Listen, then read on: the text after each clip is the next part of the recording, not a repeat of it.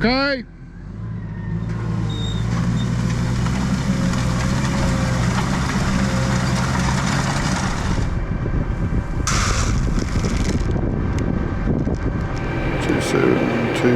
Divided by 231. All right, we're shooting for 145 pounds an acre. 144.33. Ain't gonna get no closer than that.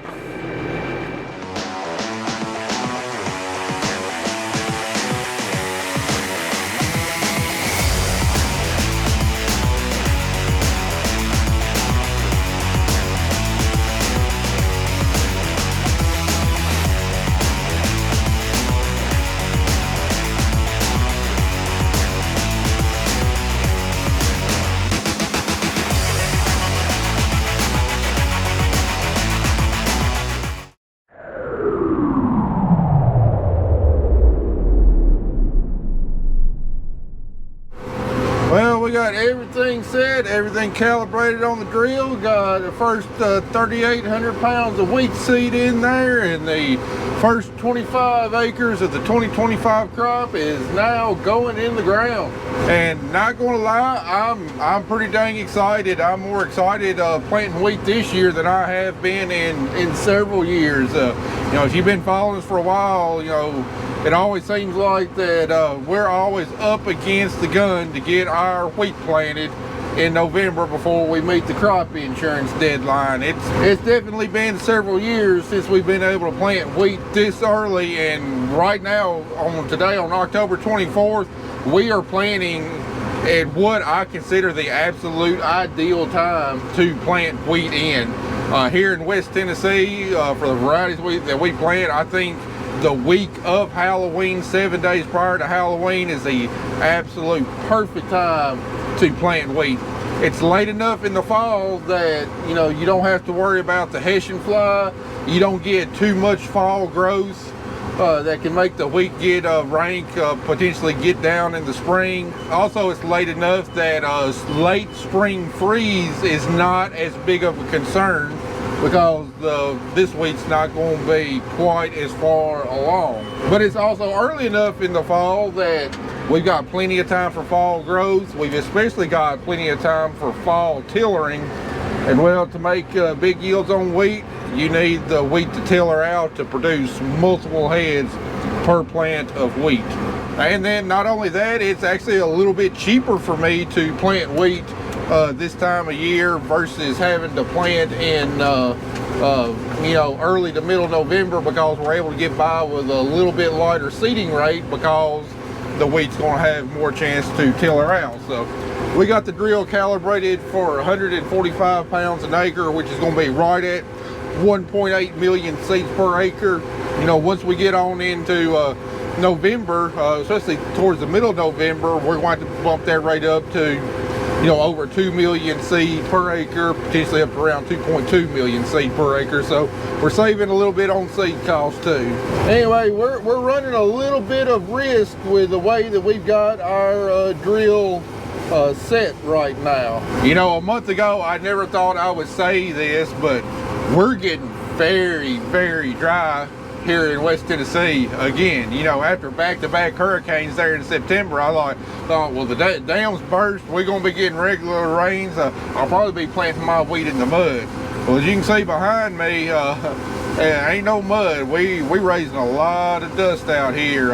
Anyway, since Hurricane Helene finally went through here right there at the end of September, we've had no rain. I mean, it's been bright, sunny days for pretty much every day since then, which I'm not complaining about. It's been absolutely fantastic for harvest, but it's kind of playing havoc on how I'm setting my drill.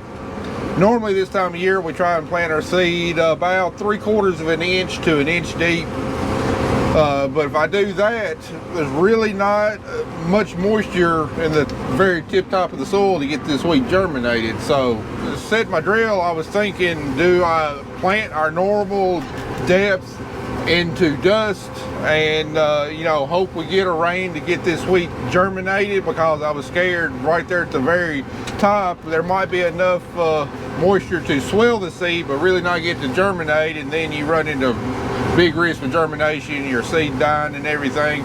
Or do I plant it a little bit deeper, trying to hit moisture, but then the seeds got to push through extra dirt to come up out of the ground? What we debated on was to go ahead and plant it in the moisture. There's really no rain forecast for the next 7 days, and even then, dropping our depth about another half of an inch. You know, we're not into good moisture. I think we're into enough moisture for the most part to get the wheat to come up, but in some areas of the field, especially around the edges, I don't think there's enough moisture there to get the wheat up. So you know, whenever it does rain, you know, if we get a big pounding rain or several consecutive days of rain, you know, that's not going to be good for trying to get the wheat seed up. But anyway, my philosophy was, you know, we got a chance to plant wheat early. I want it coming up now. I don't want it sitting there in the soil for 2 weeks waiting on a rain. Then essentially we got late planted wheat like we got every year, so with reduced yield potential. So hopefully there's enough moisture a little bit deeper down in the ground. The seed will sprout, come on up out of the ground, blowing and going, but that's always a risk. But there's a saying from the old timers though, plant wheat in dust, make men's bust. And for us, that's always proven true. Whenever we planted into real dry conditions, we've wound up having a really good wheat crop. You know, normally when we plant there, usually the second week of November, we're planting our seed real shallow because it's done turned off cold. We want the wheat to get up as soon as possible. Moisture is not an issue unless it's an issue with too much moisture.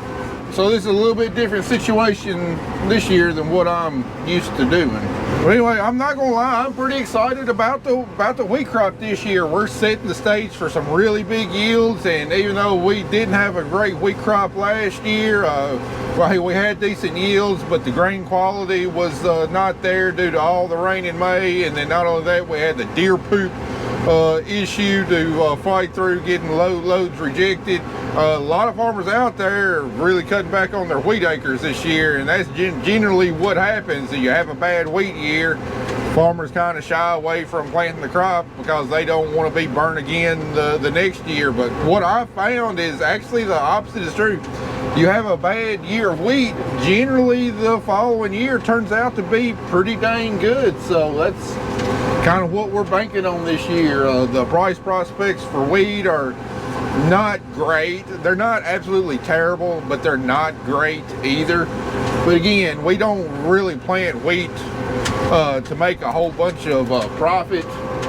It's a great rotational crop. Where we really make our profit at on a wheat crop is the following double crop soybean crop. Basically, the wheat pays the majority of the bills for a particular piece of land the entire year, and then whenever you harvest your double crop soybeans after the wheat crop, that's where you really see your revenue potential.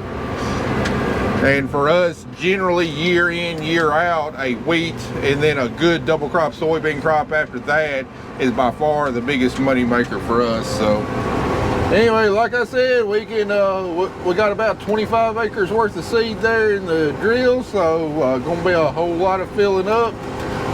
This farm should take us 3 fill-ups to get it done, and I plan on running late into the night tonight to get as many acres covered as we can while we're on this short break from cotton picking. I don't think it'll be very long before I won't be able to see out my back glass with all this dust we're raising though.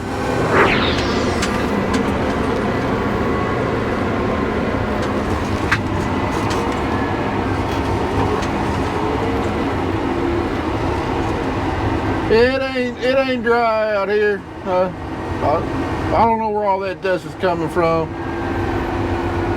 And we just got the other side of the creek done, moved over here on the little bit bigger section of the farm, and we should be getting pretty close to needing some seed. It's showing I've covered right at 23 acres so far.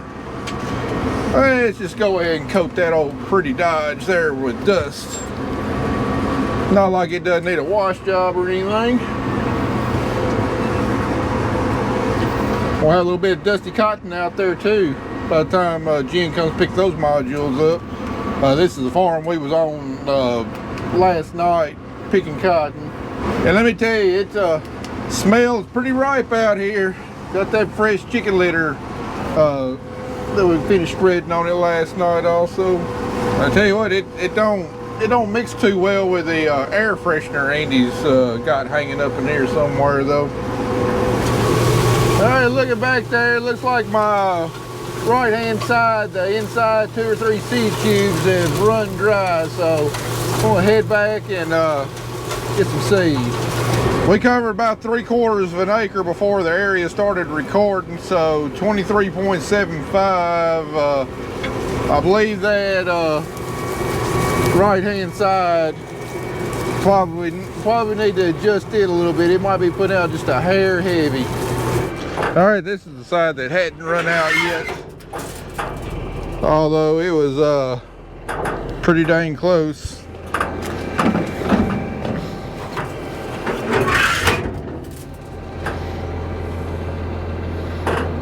Well, I'd say they're pretty dang close to even. I mean, it looks like there's more in the center there than what there really is. It ain't much at all.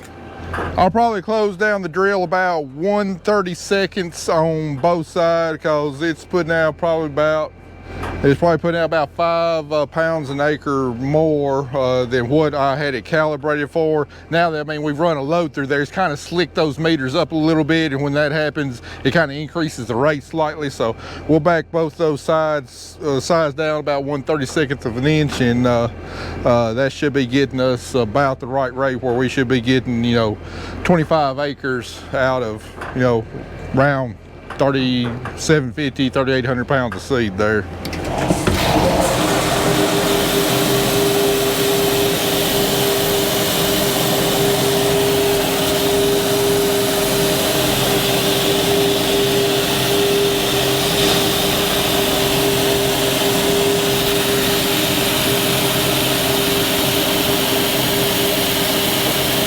So anyway, the variety we just filled up with is one of 2 varieties we plan on planting this year.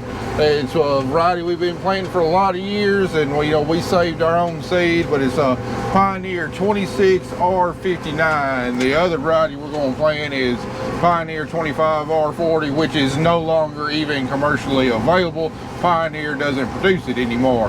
However, I've yet to find another variety that will perform on our ground like Pioneer 25R40.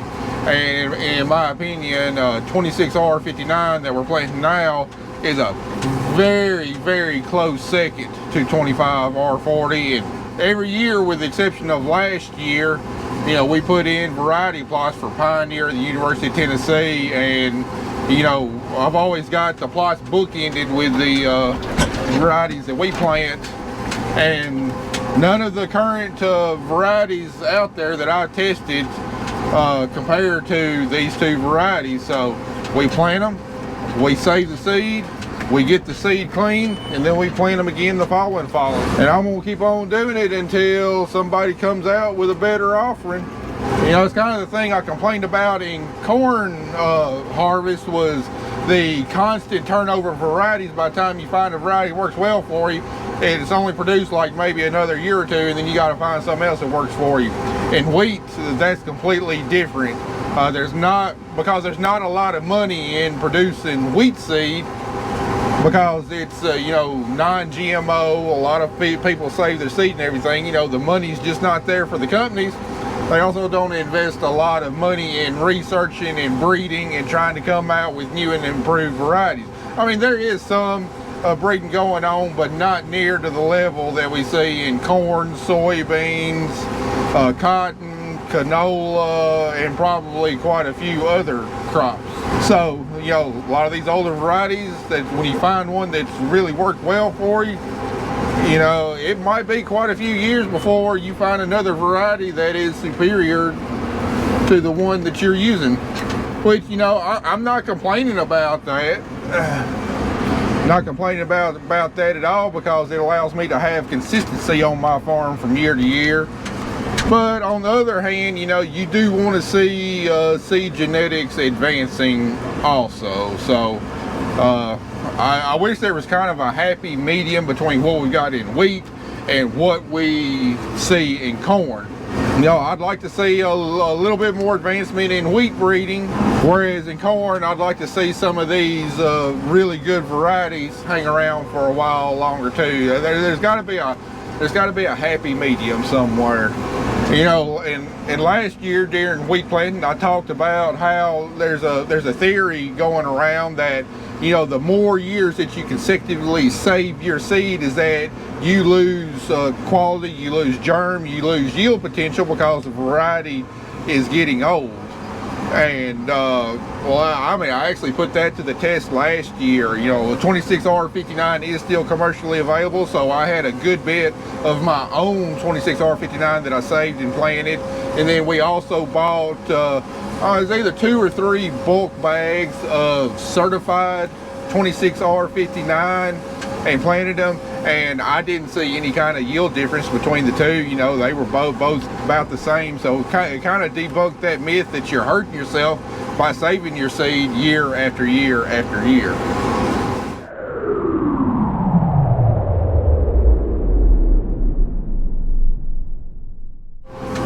Apparently, this farm has got an open border policy on armadillos. I think we've got a lot of migrant armadillos in this field because they have turned this big bottom into a literal minefield. It's like I can't go 20 feet without hitting a freaking armadillo hole. It's so God, like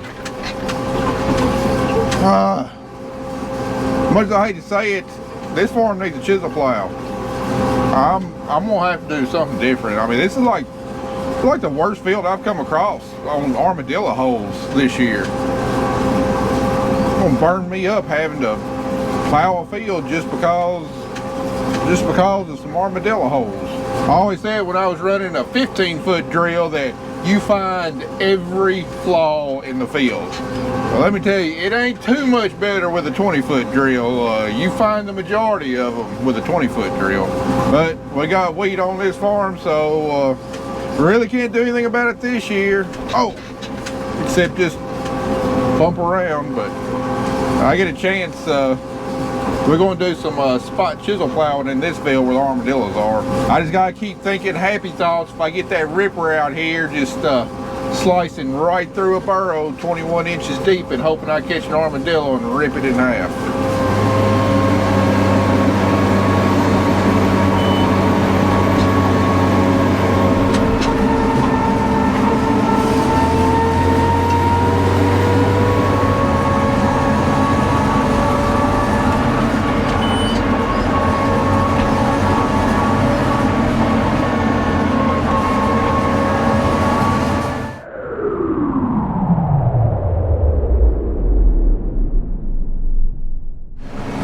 Well, the fall colors are definitely in full bloom.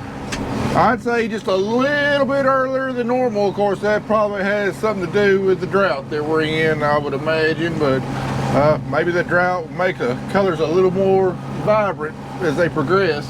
Anyway, we had a pretty late night last night. I think I finally walked in the door about 11:30. We got from the time I got started, which was basically around 2:30, we got about 82 acres done for the day. So not a bad half day running, that's for sure.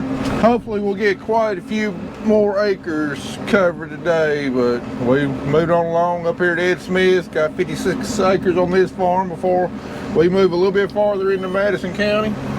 Yesterday while I was planting, Andy was working on bush hogging around the edges of the fields and stuff, just trying to keep a head start on that. And then today, him and Kelly are going to start spraying a little bit of this wheat ground, what I've already planted. I'm going to try and get one load spray today, and then tomorrow, because I'm not going to be able to finish everything I want to get planted today. I'll have to finish that tomorrow, and they'll get caught up spraying behind me tomorrow. Also putting out Roundup and Anthem Flex, using Anthem Flex for the residual component in there, primarily to keep annual ryegrass and annual poa, keep them from coming up, because those are by far our two biggest weed concerns in wheat. and they can be very expensive to control post-emerge also. Anyway, our little old drill back here been running fine. You know, this is the first year running it after taking a year off, because we're running that Borgo air seeder last year. And you know, I like the Borgo. It's a fantastic machine. Unfortunately, I just did not have the proper equipment to pull it effectively, and I'm not gonna lie, getting this thing hooked behind this tractor, you know, it's been a joy. You know, it's a box drill. It's nice. It's simple. No electronics. Very little hydraulics on it. I mean, you fill up seed, and as long as there's no mechanical problems with bearings or whatnot, I mean, it just goes and it plants. And actually, in a day, I can plant almost as much with this thing as I could that Borgo, because while this one is only 2/3 of the size of that Borgo, I can pull this box drill a whole lot quicker than what I can pull that Borgo. And then not only that, I'm not having to screen my engine because it needed hydraulics from that Borgo. You know, we're cruising along, you know, 1400 RPM, 50% engine load at 7 miles an hour, whereas that Borgo, you know, tractor's wide open, 2300 RPM, you know, 30 feet wide, and I think about 5.5 to 6 miles an hour is what I could pull it at. So, you know, really the only added efficiency I saw from that Borgo was that I wasn't having to turn around as much. So in our small fields, I mean, that can be a big plus, but overall, I'm happy with our 1560 box drill. Now, I was considering stepping up to like a John Deere air seeder here in the coming years, but you know, after pulling that Borgo air seeder, I just don't know if it's going to be that big of a benefit for us to step up to a John Deere air seeder with with added complexity, the more difficult maintenance, because there's areas of the drill that's harder to access because you got all the vacuum hoses and bulk tank and everything. I just don't know if it's worth it for us, and I don't know, we might keep on running this drill for quite a while longer. I don't know. But anyway, last night was another late night in what is becoming quite a long string of late nights. You know, we're gonna have a pretty late night tonight planting. I don't think I'm gonna stay as late as I did last night, but if I get back in time, got the zombie trail going on. Might go help out a little bit with that, and then tomorrow night could potentially be our biggest night of the year out there on the zombie trail, and one of the regular folks cannot be there, so Andy and I are both going to be out there driving tractors on the zombie trail, pulling people around, and as many people as could potentially show up tomorrow night. It could definitely be another real long night for us. But things are coming to a close quickly. This weekend is going to be the last big weekend for the zombie trail. We're also open next weekend, but that'll be after Halloween, and I just don't expect the crowds to be anywhere near as big next weekend, so it ought to be a little bit easier.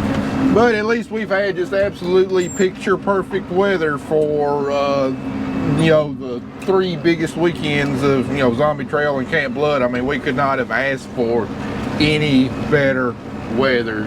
Mild, not hot, no rain. I mean, it's just been absolutely perfect.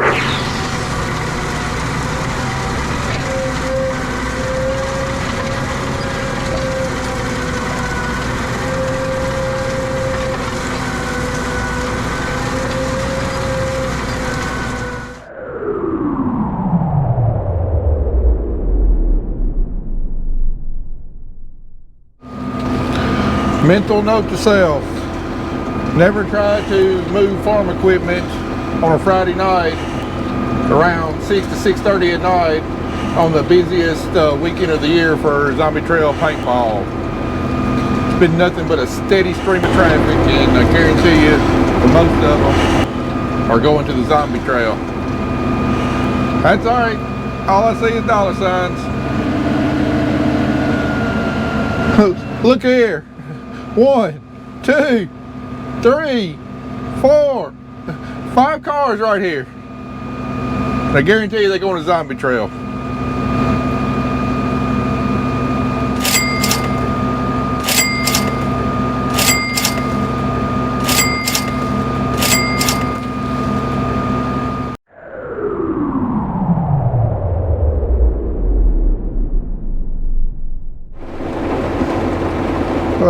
I don't exactly know where this came from.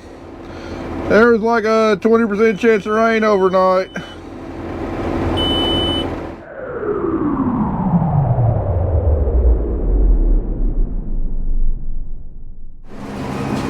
Well, it looks like the rain's moved out. Hopefully the sun pops out here soon. We got a cold front moving through, so I ought to push all this mess on out of here pretty quickly, I think. But we pulled off the Todd farm. The Todd farm was cotton, and when you got cotton, there's hardly any residue on the ground. And I figure with all that dust we kicked up with cotton harvest, plus no kind of residue, that soil is going to be a little bit more sticky. So we just came half a mile down the road. We're going to get Nance, and then one field here on Smith family, about 20 acres. And hopefully by the time we get this done, that cotton ground back on Todd will be ready to go. And I don't think I'm gonna have quite enough seed to get everything done that I was wanting to get done. There's one more farm I was wanting to get done, but don't think we got enough seed to get it done. And I really don't want to start a farm and get like half of it done and then got to come back and finish up in a week or whatever,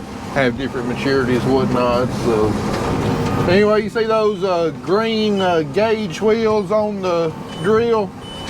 Those are Needham Ag poly, I forget exactly what the compound is. They're not rubber, but they're some kind of plastic.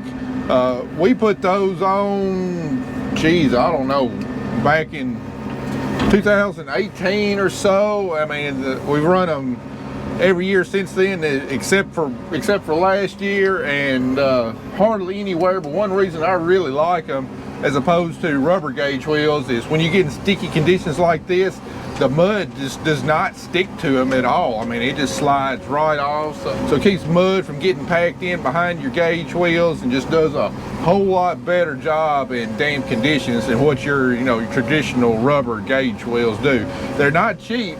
I got the spoked wheels with the poly tire on them too. They're definitely not cheap, but in my opinion, they're definitely worth the money. I absolutely love them.